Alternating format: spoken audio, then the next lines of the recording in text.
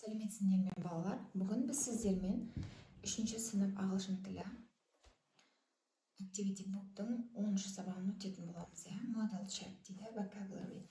Exercise 1. Look, read and write the numbers дейді. The rubber is number 16 дейді. Rubber деген бізде өшіргіш, өшіргіштің номері 16 дейді. 16 деген 6 бізде 6, 10 деген 10, 16 яғни мына жерде көрсетілген міне 16. Келесі бірінші the pen is number 20 дейді. Pen дегеніміз не бізде?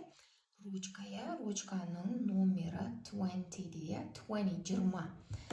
Онда біз 20 деп жазамыз ручканың қасына. The ruler is number 11. Ruler дегеніміз не балалар? Сызғыш. Сызғыштың номері 11 дейді. 11 деген 11. Мұнда біз 11 деп жазамыз, Келесі. The notebook is number 18. Notebook, дәптер. Дәптердің номері 18. Міне, дәптеріміз міне, 18 жазамыз. 8, 8, 10, 10. The sharpener is number 12. Sharpener деген ұштағыш, точилка. Ұштағыштың номері 12. Мұнда жазамыз 12 деп. 12. The pencil case is number 15. Pencil case дегеніміз бізде. Case дегеніміз қорап. Pencil дегеніміз қарандаштар, Пенал. Пеналдың номері 15 дейді. 15. Next, exercise 2. Look and circle дейді. Қара және қорша дөңгелекте дейді. Бірінші мысал көрсетілген. There is a book on the desk дейді. There is a book. Мына кітап. Desk деген парта. Партаның үстінде тұр, немесе ішінде тұр дейді. Кітап үстінде тұр, яғни біз үстінде болса 10-ды қоямыз. Келесі. There are 2 pencils. The book деп тұр, екі ручка қайықта тұрды екен. 10 болса үстінде болады, under болса астында болады. Қараймыз қа. Бізде, міне, карандаштарымыз қайда тұр? Үстінде тұр, яғни үстінде болса біз 10-ды белгілейді екенбіз. Келесі. There is a pencil case in деген ішінде, under деген астында. The school bag. Pencil case дейді. Пенал қай жерде тұр екен көреміз. Сумканың қай жерінде тұр пенал? Ішінде тұр екен. Ішінде тұрса біз in дейміз, There are 2 rulers.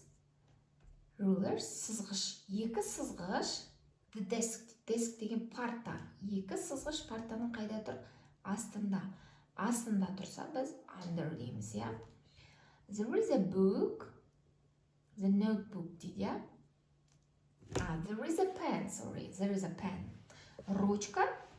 Notebook дәптердің қай жерінде тұр? Ручка дәптердің үстінде тұр, Үстінде тұрса біз 10 деп айтамыз, There is a sharpener.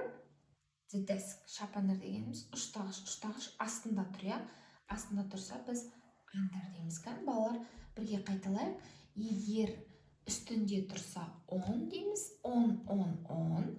Астында тұрса under дейміз, under.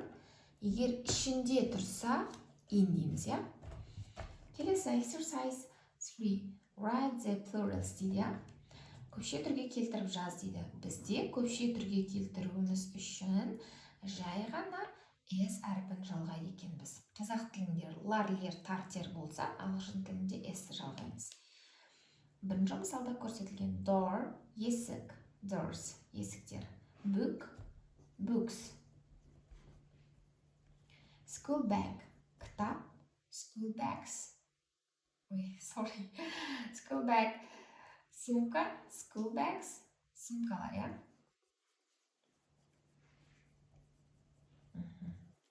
Pen, ручка, pens, ручкалар.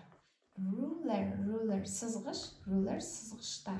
Desk, парта, desks, парталар.